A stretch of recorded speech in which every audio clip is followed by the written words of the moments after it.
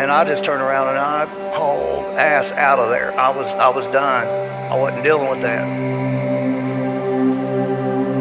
The hypocrisy of the cult is one of the things that turned me away the quickest. When I turned my headlights on, it turned and looked at us.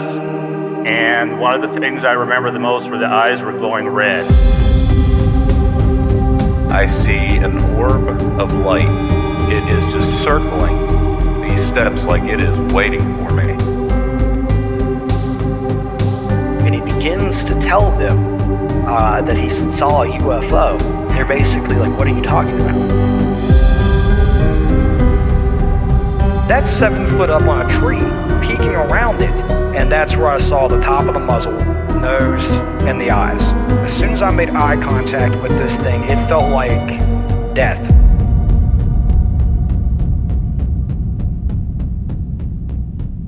Hello, Foil Fanatics, and welcome back to another new episode of Tinfoil Tales. I'm your host, Brandon Wright. Tonight we're going to be joined by my guest, Brian. Brian had an encounter back in 1987 around Thanksgiving, where he thought he encountered what he believes to be ghost. And then it was a year later that he ended up finding a book that kind of changed his opinion on everything. And from there, it's just kind of led on throughout his life. So it sounds like a very interesting experience. We're going to hear from Brian. But before we bring him on, got some business to handle. If you would like to be on an episode of Tinfoil Tales, you guys can send an email to tinfoiltalespodcast@gmail.com. We'll get you scheduled for a future episode. If you want to help the podcast, please share it around. If you find an episode you really like, make sure you share that. Link the podcast, find us on social medias, leave us a review, all that good stuff that I talk about every episode. If you haven't noticed yet, there's probably ads on this show. If you do not like ads, as much as I don't like ads, but I also don't like to ask for money for anything like this. But if you're interested in joining the Patreon, you can be a subscriber. You'll get early access to all the episodes. And by early, I mean weeks in advance. Not only that, but you can also have ad-free experience. It does help keep this podcast going because the financial aspect of it has gotten to be a burden. And this is the reality of the beast that we live in these days. So if you enjoy Tinfoil Tales and you want to help keep it floating, you can always join that Patreon. There's a community on there. You can talk with others. Get early access to the episodes, some discounts for some merch, and some other cool little perks. Definitely check out the Patreon. The links are available inside of the show notes. If you really want to help the podcast financially, there is a donate button. I typically have not been asking about that or saying much about it, but times are a little tough here when it comes to the cost of things. So if you'd like to help donate, just find that button. Whatever you got to donate, I'll make sure to give a shout out. Just let me know if you did. You can check out my book, Shadows of Cedarville. It's available on Amazon and Barnes & Noble, Target, Walmart, all those other fine retailers. If you've happened to pick up your copy of it, I'd like to know what you think. Make sure you leave a review. Let me know. Keep in mind, I'm not a author by any means, so this is my first attempt at actually writing something. But I think we're going to go ahead now and bring Brian on. Been looking forward to talking with him, so hope you guys enjoy it. Sit back, relax, and enjoy the show. I'd like to take this time to welcome my guest tonight, Brian. Brian, thanks for coming on here and talking with me. Thank you for giving me a chance. This is great. So where are you from? I'm in upstate New York. People would probably know about Lake George. I'm near there. Okay. Yeah. Up in the Adirondack Mountains. The only part of New York that I've been to is my wife and I went to Niagara Falls for our honeymoon. I've been out there. It's nice. Yeah, so we were up at the falls for a few hours and then we left there and went back to the state of Pennsylvania and stayed in a Airbnb just for the night. But that was... Do you remember where in Pennsylvania? I couldn't tell you. Hmm. I didn't book that. She did it all, so it was just me driving or her driving. Yeah, I see. Well, Pennsylvania comes up later in my story, so I'm just curious if it was anywhere close to that. Yeah, I'm not 100% sure exactly where in Pennsylvania. I just know we just found a decent place to stay for the night. But yeah, so your original email mentioned something that happened around Thanksgiving in 1990 or 1987. I mean, you want to Yeah. get started with that? Yeah. So I guess it starts there. It's me telling it out of order, but it was Thanksgiving 1987 when I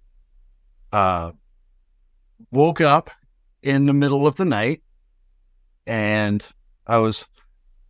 my bed was up against the wall. I had a rather large bedroom at the time, fortunately, and I'm a side sleeper. So I'm facing the wall, and suddenly I'm just wide awake. I hadn't woken up gradually or anything. Whatever. So I roll over to try to go to sleep on the other side, and I see ghosts. There are ghosts next to my bed, and they have these huge eyes, really strange looking ghosts, but there they are.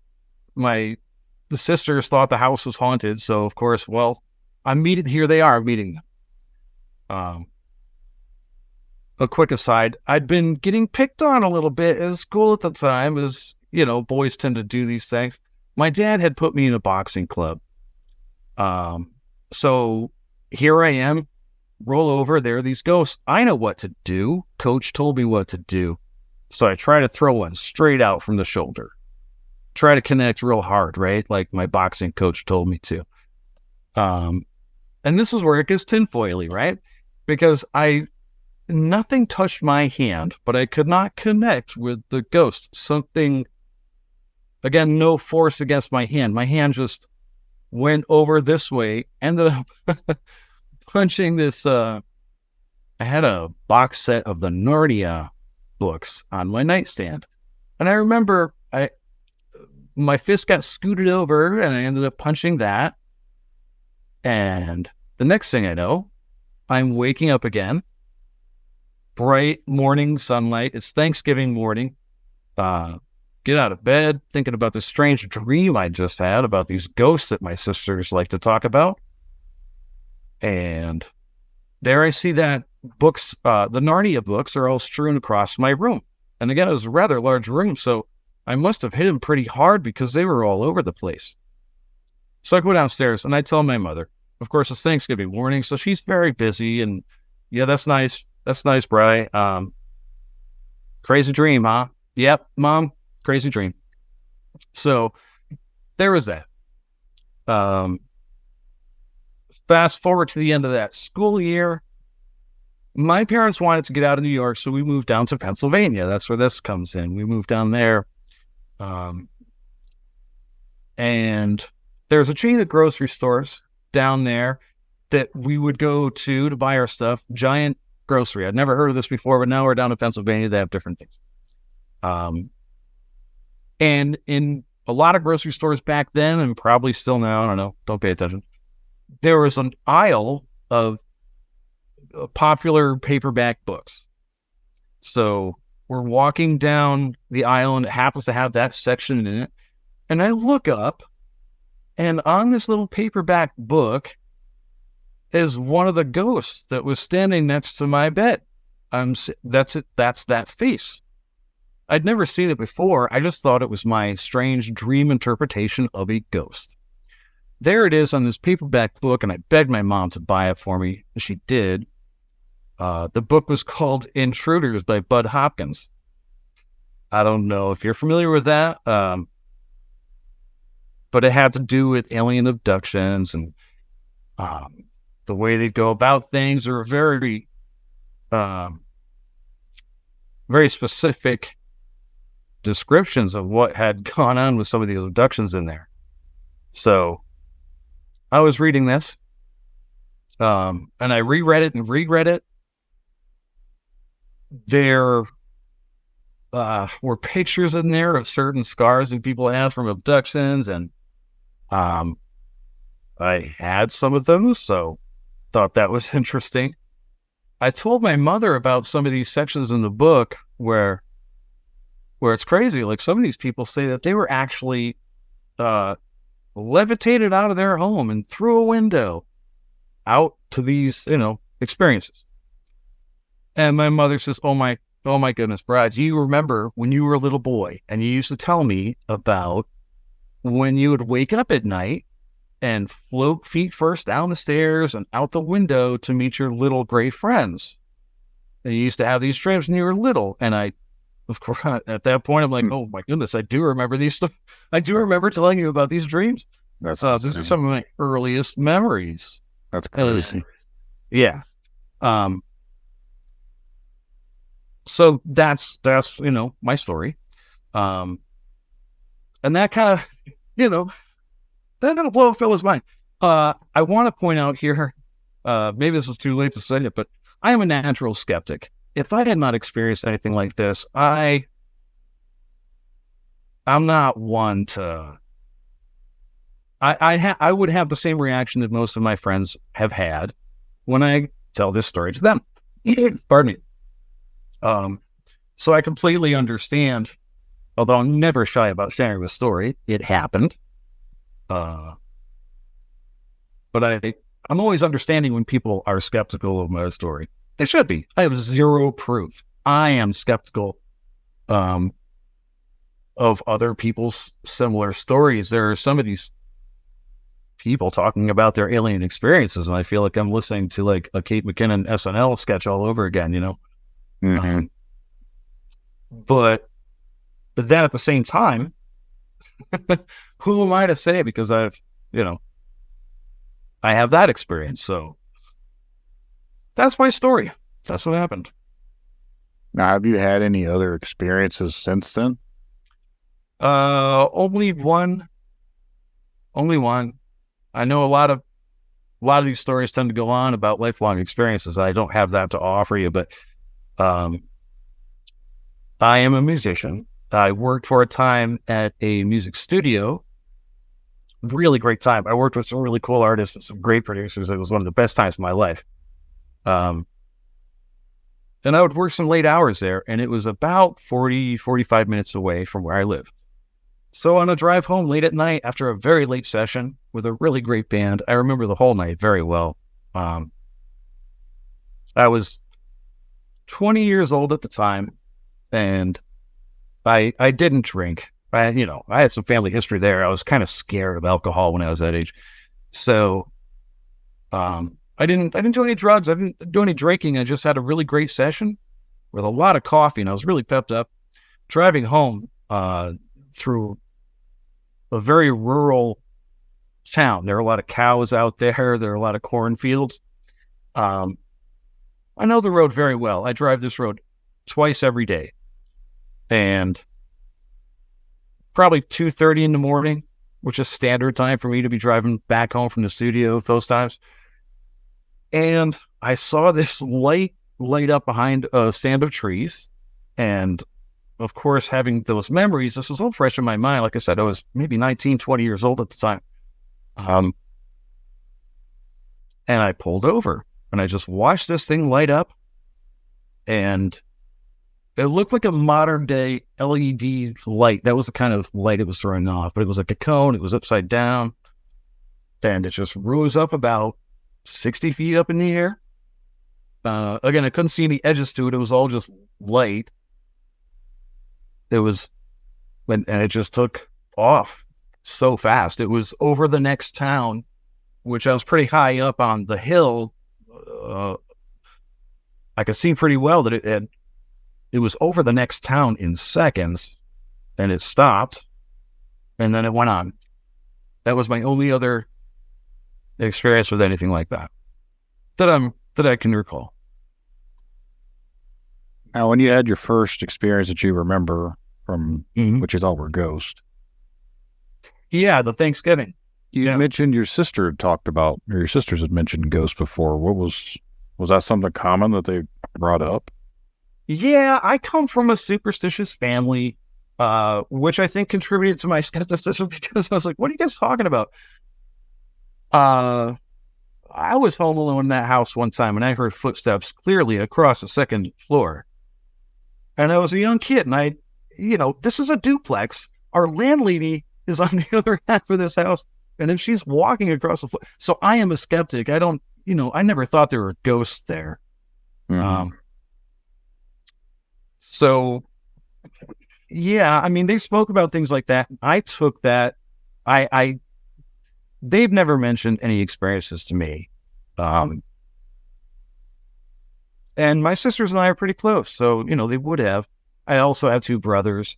They definitely would be open-minded to these things. They've been very open-minded to my stories, but no, they, to my knowledge, have had no experiences like that. I was kind of wondering maybe they were seeing the same thing you were and they were calling them ghosts because that was just what they wrote them off to be. Well, yeah, it could be. I've done some, and I'm sorry, I know my story is probably the most underwhelming story on your podcast, but that's actually very possible. I mean, having these experiences and looking into this stuff, you read about some things and you find out who's from the BS and who's actually doing real research. So, I've looked into Jacques Vallée, and John Keel has really been outstanding for me, just because these guys are skeptics too, but they study it seriously. And it really, you mentioning my siblings considering the same thing to be ghosts kind of is backed up by a lot of the history. I mean,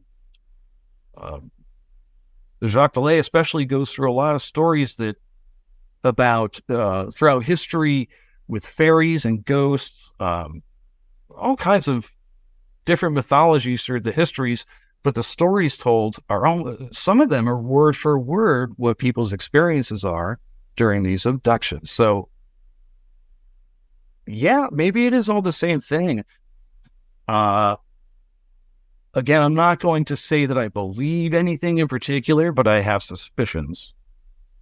I think you're very similar mindset of me too. I am also very skeptical.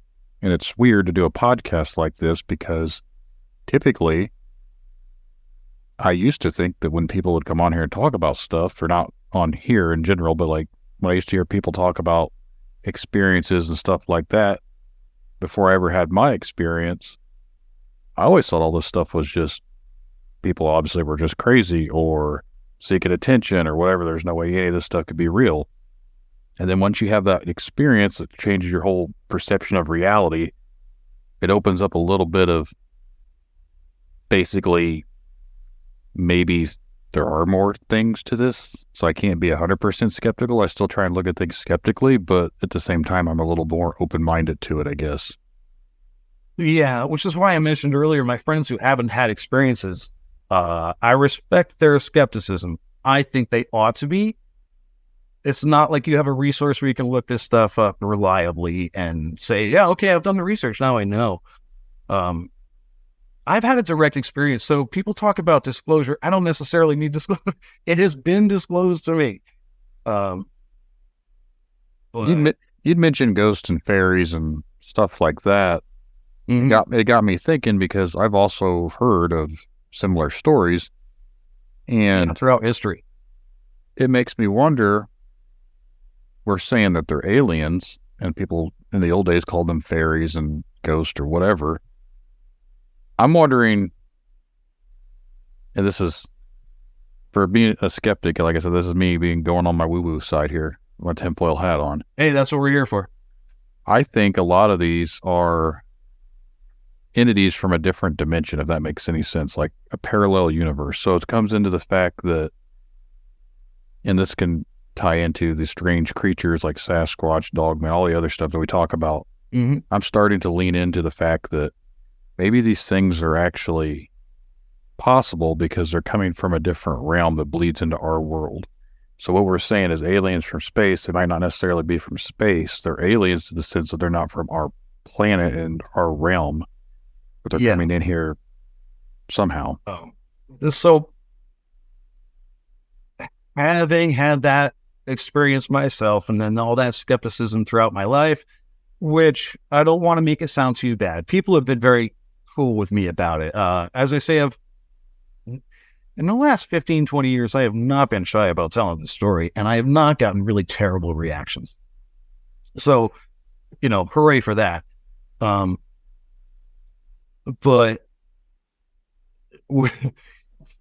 that has kind of went away for a while, and it got sparked again by these. I'll be honest with you, man. I put the hat back on when I heard the UAP hearings over the summer with the U.S. Congress. David Rush, Commander Fravor, and Ryan Graves, those guys. I saw that and it terrified me. But it relit this passion to kind of look more into this stuff. So I have been doing a lot of reading since then, which really kind of supports exactly what you just said. And again, I don't want to jump to saying I believe this. I have my suspicions, and I have no data to go any further than suspecting. But as I mentioned earlier, some of these guys, who was Jacques Vallée, I always mention him. John Keel was the other guy I was talking about. These guys have done a lot of research about old stories going way back into time, that where people are recounting almost the same exact story, almost the same character. They may look different. Sometimes it's a fairy, sometimes it's a god, sometimes it's a ghost, but it's the same story. So yes, I do suspect that it's probably not something from outer space. It's probably something that's been here for a long time, if not always. These are my suspicions. Just based on what I've read, you seem to be coming to the same conclusion. A lot of people, it really seems to be gaining momentum, the whole idea that it might be multidimensional. I know that's been picked up a lot lately. Yeah. I was kind of leaning that way before the whole congressional stuff, just based off of my own bits and pieces of reading here and there as well. Same.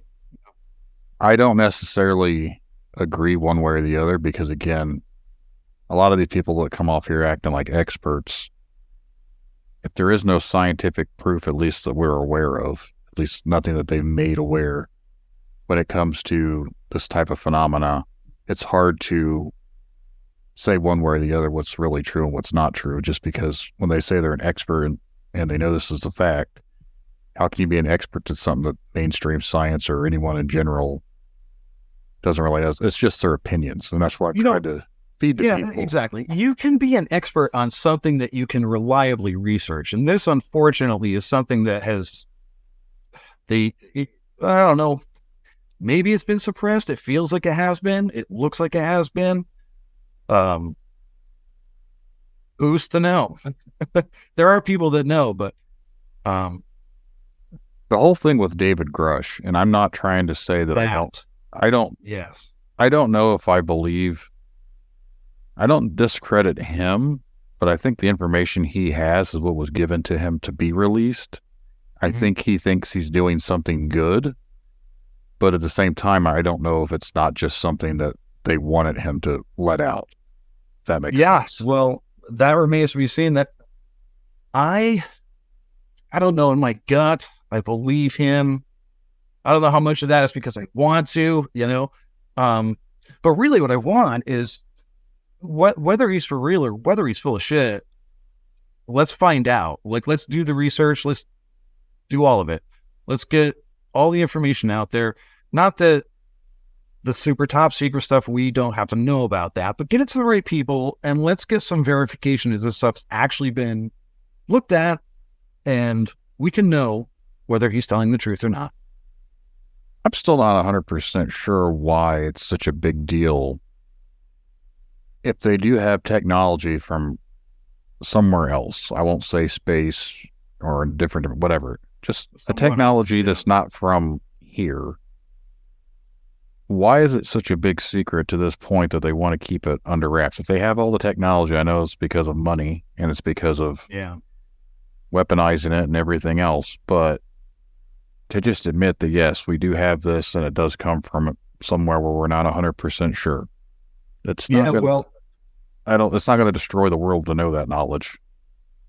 I agree. I know that there are security concerns that are valid. I know that there are spending concerns, people's investments. These are things that are valid. But there is a truth about the world that we live in that is known by people who ought to be telling us the very basic truth about the world that we're living in. And they're withholding that from us, I suspect. Again, yeah. I suspect that that's the case. So I think we ought to know. And really, that's why I'm talking to you. I've never gone, quote unquote, public with the story that I told you. But I just think it's time to normalize. I think there are a lot of people with these stories who just don't tell them because of the skeptics, that, the judgment. And I think we should just normalize telling our stories. I'm trying to get away from even saying stories at this point. I've talked with someone else on their podcast, and they said, when you say stories, it's like it's discrediting the people. So they say experiences. So that's why I'm trying to lean towards experiences more. I still call it stories a lot just because it's what I've been doing for over a year now. Yeah. And I was like, I guess I could see it that way, that it doesn't, like a story could be, oh, they're feeding me a story, basically saying it's bullshit. And that's why I'm trying to lead towards experience in that realm, because then it's like, well, this is what they experienced. So it's not really calling it a story. Well, hard to say doing what you do, because you kind of take a big chance. Yeah. Some of them are stories. Some of them are experiences. And all you can do is record. All you can do is journalize. I feel like I'm just here to give a platform. And if people want to come on here and feed me a line of shit, I mean, I guess that's their prerogative. It doesn't really impact me one way or the other. Well, it helps us all, because now we have an example of what a line of shit sounds like. And now we know what that is. And I think people are pretty good about knowing the difference between, this and that when they get the full story. I also believe that most of the people that I've interviewed 100% believe what they're telling me. And whether it comes off sounding like straight up ramblings of an insane person or legitimate, I think for the most part, they believe that they're being 100% honest. And I don't doubt that. It doesn't mean that I necessarily believe it. That's skepticism into me. But I'm not here to disprove or prove anything anyone says. I'm literally just here to let them share their story. And, well, I just said it again, their story, their experience. And that's all I'm here for. Yeah, well, I think that's very important. Like I said, I think it's important to normalize it. And the more you can just splatter the world with it, let everyone know that this is actually happening. I don't think there's so much skepticism out there anymore. I think now that the New York Times article, leading to the UAP hearings, I think most people now know that this is actually something that is in the world. I would hope that most people would, if somebody now says that they don't believe in I guess we're just calling them UAP now. I have to kind of think of them like, you just told me you believe that the earth is still flat. Like, it's not, this is a thing. This is it's not deniable anymore. So let's do what research that we can, and let's get the information out to the people who deserve to know what is in the world that they live in. You mentioned Flat Earth. In my Flat Earth episode, I had a lot of Flat Earthers reach out to me saying, oh, welcome to the site. I was like, I never said I was a Flat Earther. Yeah. Just because I have questions, because I think some of the research that they do, some of it doesn't make a whole lot of sense, and then some of it makes you start questioning normal science too. But at the end of the day, I've mentioned this several different times, I don't care if we live on a flying ball or if we're living on a flat plane. I still got to get up and go to work and do what I normally do. It doesn't impact me in the sense that, oh, the government's lied to us our whole life. Well, they do that anyways, I think. So what's the matter? Well, yeah, there's that on some levels, but I think this one's different. I think I think this is something that they do need to tell us about. Mm-hmm. They need to acknowledge it. They need to let the world adjust to it because it's what's real. You know? I think we're slowly being desensitized. Like you said, it's not so much a big deal at this point that they're talking about it. A lot of things that they had mentioned during this congressional hearing, the fact that they're even having congressional hearings is kind of opening up the doorway for other people to be like, oh, we're going to talk about this stuff now. They release these images, like those videos from the pilots and everything else. They're showing things. Yeah, there's been a lot. And you might be right about that. That feels correct to me. Again, you know, I don't know people, right? I'm just a guitar player. I don't know anything. I've read a lot, and it does seem as though it's been building up, and I think it has a lot more to do with them than with our people. I mean, if you really want to go deep there, have you heard about the airship sightings of, it was late 1800s, 1897? Have you heard anything about this? Thing around Texas that looked like a cigar. Yeah, had a lot of propellers around on the various areas of it. It was described differently. Apparently, there were a few of them that were flying around that year. It almost sounded like a Zeppelin. Kinda, but again, the stories that were told by the people that came out of them and the strange encounters that happened are very similar to, again, fairy tales, things like that. Certain abduction stories that we hear today. It's one of those that fits into that category of stories, right?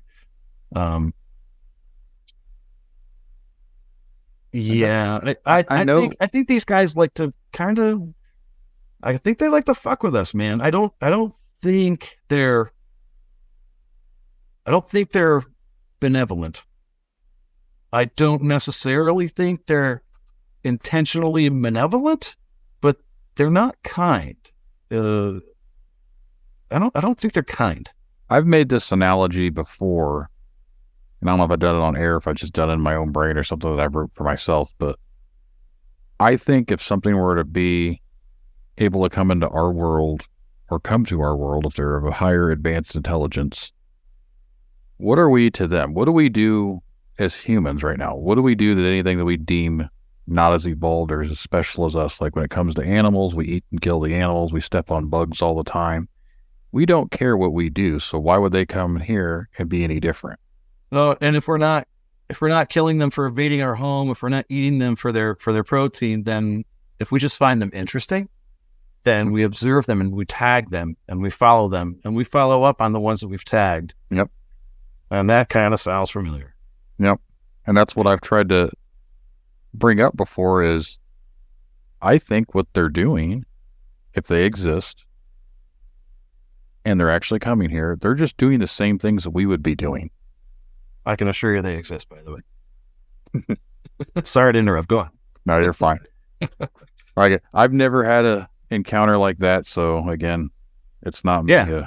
You ought to remain skeptical. Yeah. Until someone comes in here one day and says they're an alien and proves that they're an alien, I'll be like, okay, well, I want to believe. I literally have the old X-Files sign up behind me of this UFO that says I want to believe.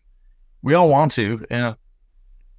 But again, like, I grew up always being interested in monsters and stuff like that. I never took them seriously, though. I thought it would be cool if they did exist, but I can't say it's that they do. I had a weird encounter, but it doesn't mean what I encountered is 100% what people claim it is either, because I still am skeptical on my own encounter. And I'm skeptical of my own too. You remember this thing happened the night before Thanksgiving in 1987, right? Mm-hmm. So I did some research. I'm like, well, could I possibly have been exposed to this face before that? Was it out in public? Could I have seen it somewhere? And I found out, the Whitley Strieber book, Intruders? I'm sorry, Intruders with Bud Hopkins. Communion? Communion, yeah. Yeah. That came out in February of 87.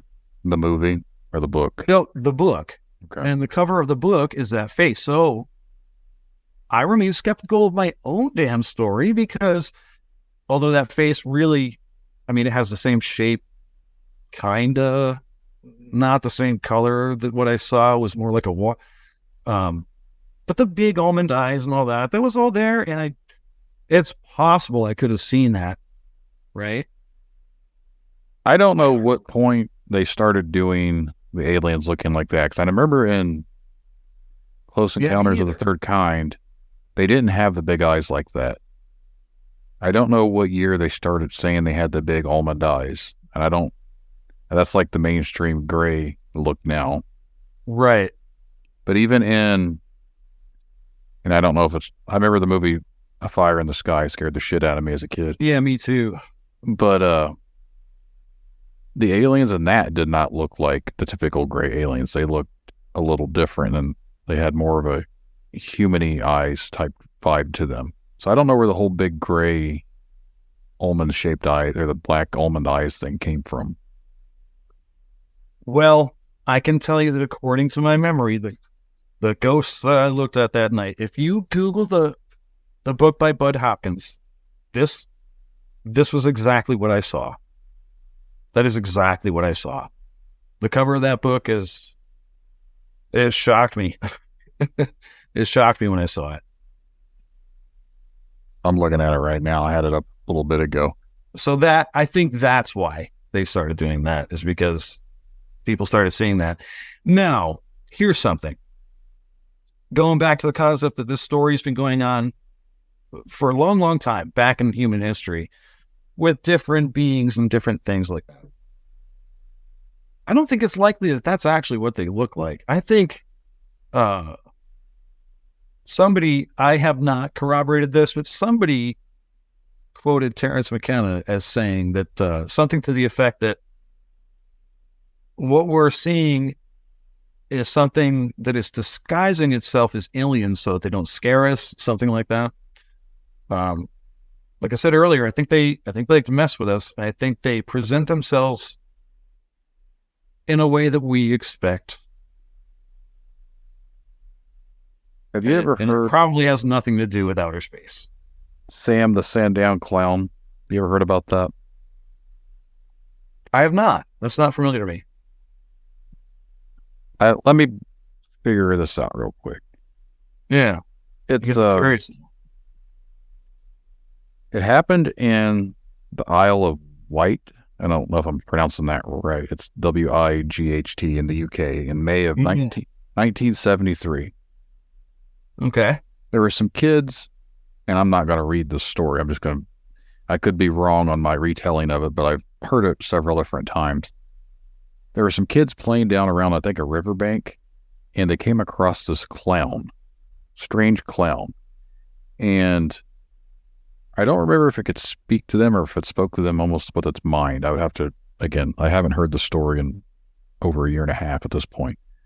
But it ended up taking them back to its place, which actually was like this metallic thing, almost seems like a spaceship. And it was very strange shaped and everything else. It was almost like it didn't do anything to the kids that they remember. They went back and told their family, and they went back and the thing was supposedly gone. Like there's a lot more to the story than that. I'm just giving you the very small cliff version of it. But basically this thing is almost like it was making itself look like something that would be friendly, that the kids wouldn't be afraid of it.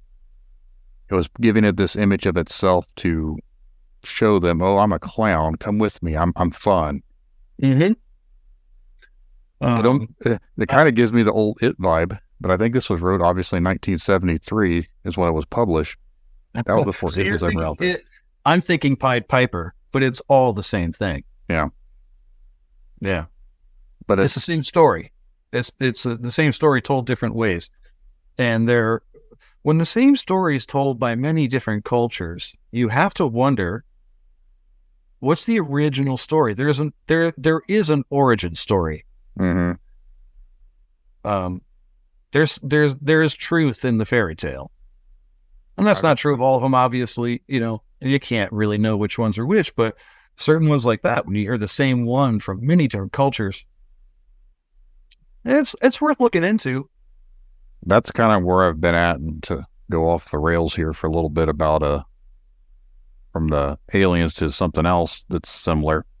I've been doing a lot of these werewolf dogmen type things just because it kind of goes in line with my experience and the book I just ended up writing about. But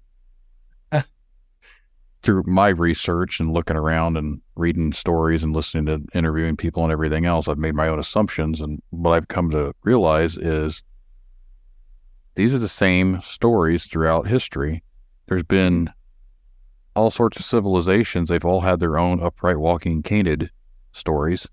Anubis was in the ancient Egyptians. He had a wolf or jackal dog head and a body of a person. Medieval times, the Vikings, they all had their own wolf-type humanoids.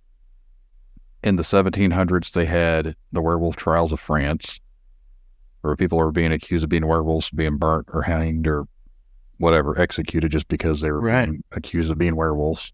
Yeah, didn't take much back then. And then nowadays, you have all these dogmen sightings and other sightings like that. And some of these interviews that I've heard, and even people I've talked to, they claim these things mimic people's voices. And a lot of them will look through your window. This, again, I can't say for sure this is happening because I'm not there. I'm just relaying. Yeah, well, that's, yeah. And, well, you can't, yes, go on. It tells them telepathically, let me in. And that's what got me thinking. Why would a 7-foot-tall raging werewolf dogman beast thing look through your window and tell you, let me in? It would just burst through the window and eat you if that's what was really there. And, well, yes. If you go back to the Grimm fairy tales, what were some of the main villains of the Grimm fairy tales? The big bad wolf. Mm-hmm. What did he do? He tricked Little Red Riding Hood, so he went and gobbled up Grandma. He walked like a person, pretended to be Grandma that ate Little Red Riding Hood. And the big bad wolf for the 3 little pigs, what did he say to him? Little pig, let me in. Let me in. He asked for permission again. Yeah. Yes. Why are these things asking for permission? Don't vampires do that, right? Yep, the vampire lore, you have to invite them in. Yeah, it's a mark of an evil being, right? They can't just come and get you. You have to invite them in. Yes, I attest this back to the demonic in a sense of the same thing what people say with demons. You have to invite the demon in. So everyone thinks dogmen are evil. Same thing with these vampire lore or whatever. You had to invite them in. I was like, I wonder if it's all not based off the same thing. Yeah, I mean, there are people who've done a lot of research into this who are convinced that it's all the same thing. It's just disguises. Mm-hmm. And again, I'm not going to say, I don't like saying I believe anything. I'm not even where I suspect that to be true, but it's a interesting idea that is worth pursuing. It's worth finding out. I'm really big on just finding out. There's so much we don't know, and this is a common theme that keeps coming up as we talk about these things. But I'm very interested in admitting we don't know, step one, and going and finding out. So, yeah, this is an idea I think is worth looking at. That's why one of the reasons I wanted to do a show like this, because I want to know. I want to hear what happens to other people, what they've been through. I hope to give them some sort of comfort in talking about it, just because I know I never talked about my experience for so long, but when I finally did, I felt like a little bit of weight was lifted off of me. Yeah, same here. So I hope I can help that with people. It seemed like I helped them a little bit, but for the most part, I just want to know. I want to know what's going on, because I feel like there's a lot more to life than what we see and deal with daily that we don't know about. And a lot of it, maybe we shouldn't know about. But at the end of the day, I still want to know. We should know about it, and we can't start knowing about it until the people that know the very little bit that is known give that up so that we can pursue the rest. Mm-hmm. Yeah, that's where I'm at. Yeah, I think you and I are about on the same wavelength thing, because that's kind of, I don't feel like my podcast is going to make a huge difference in anything, but Hey, you never know, man. I've been I- listening. It's good stuff. I hold out hope that one day maybe someone will listen to it and be like, they'll take initiative and find out more and inspire someone to go out there and get the answers that I'm not able to go out and get myself. Yeah. Well, it's, you gotta put your brick on the wall. If enough of us do this, if enough of us bring enough bricks over to this wall, it'll be seen. Mm-hmm. No, that's my raise a flag up on top of it. Let everybody know. that's Stuff my deserves to plot. be talked about. It deserves to no longer be, kind of kept in the dark. Like I said earlier, let's just normalize talking about the experiences that we have had, so that we can just move forward with it. Get some answers. That's what I've tried to encourage with people. That's why I go onto these forums or groups or anything like that, asking for people. And I think you were on that one where they were attacking me over the podcast name. Well, the name is actually kind of great. Like I say, I think it's part of normalizing this is normalizing, we can joke about it. That's fine. That's, again, I'm a musician. Nothing validates a musician like having Weird Al spoof you, right? So yeah, you can make fun of it. That validates it.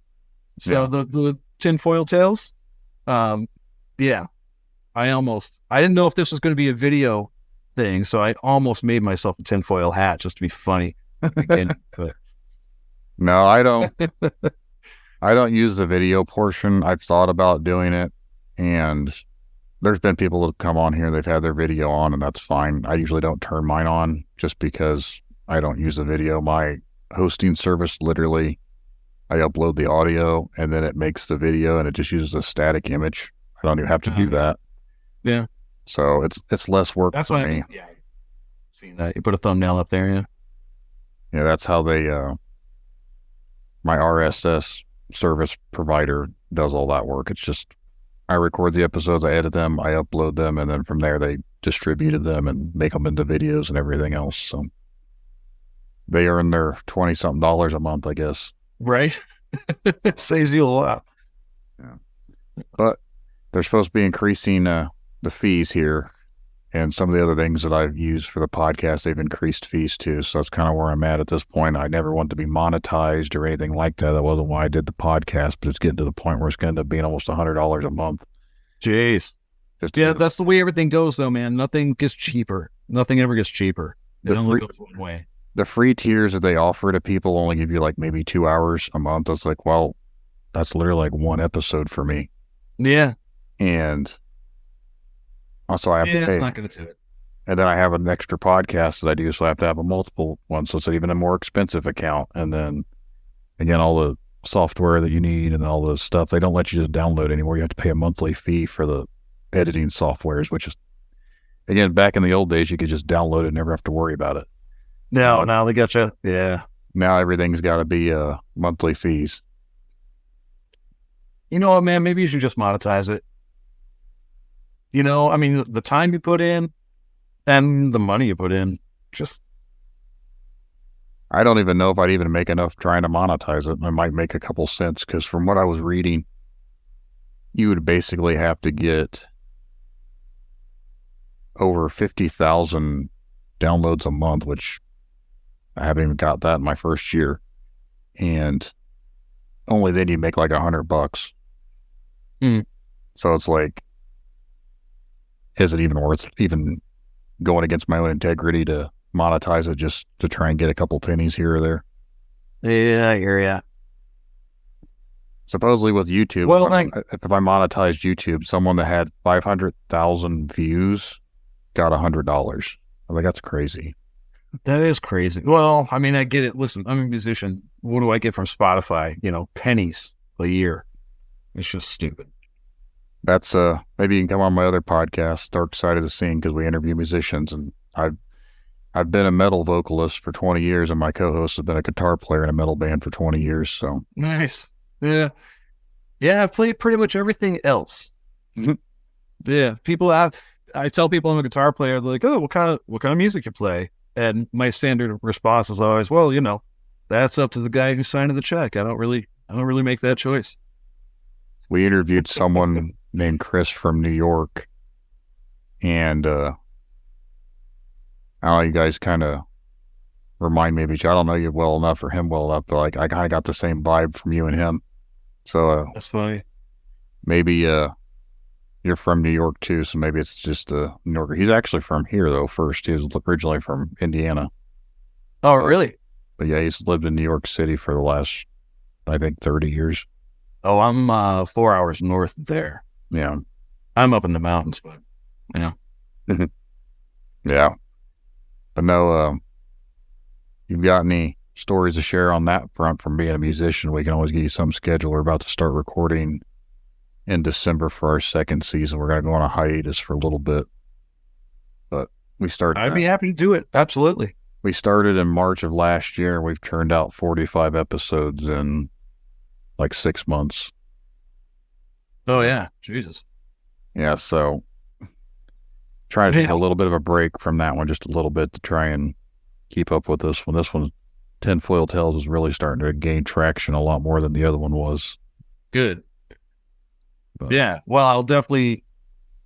I mean, it's all about me, so of course I'm going to splatter this episode all over the place. So, yeah. I'd be happy to go on the other one, man. When you guys catch your breath and get back to it, I'd be happy to do that. I can send you some details in an email, but it'll probably be in January when we're going to start. We've already got dates, and we're just going to do 1 week, one night a week, just set like one episode per week. And basically December is already full. We picked Wednesdays to be our designated record night. All right. But we'll have. Oh, dude, it might be cool. You know what? So the band that we just played our 30th anniversary back in April. Same 5 guys. 30 years. And so we're doing a recording every year. In January, I think we're going to be in the studio. If it would be fun for you to get the whole band on a podcast in the studio between takes or something, that'd be cool. We might be able to do that. We've had a whole band once or twice, and then we've had the last big thing we did a live stream. We had like 10 different people in there from different bands that were on the episodes. So I'm not sure. Sounds like chaos. Yeah, it actually went pretty well, but I'm not sure. I want to change some things up for season 2, so we'll see how that goes. I'm trying to get some ideas, but we'll see how that all goes. But I'll quit talking about that now, because I'm sure the audience for Tinfoil Tales doesn't give a shit about the band stuff. Sorry, guys. Slight tangent there. So, yeah. Well, I think we can probably wrap this up. Yeah, I think so. I got it all out of my system. Thank you so much, man, for let me tell my tinfoil tale for the first time to the world. And thank you all for listening. That's means a lot to me. I'm grateful. I appreciate you coming on here and sharing that.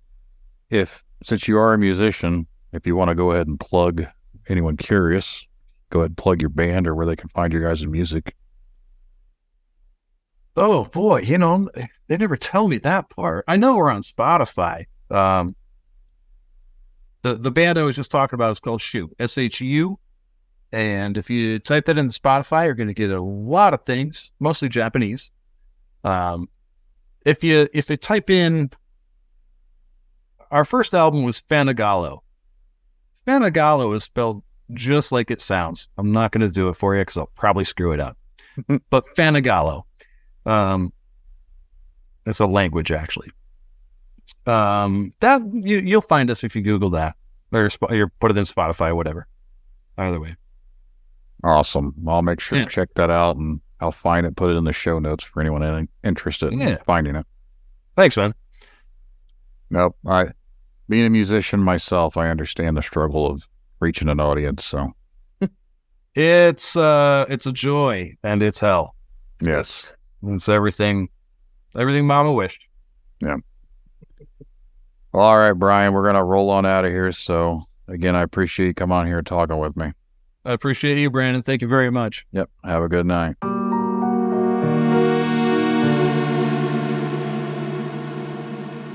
Remember, the truth lies in the stories we share, the connections we make. Stay curious, stay open-minded.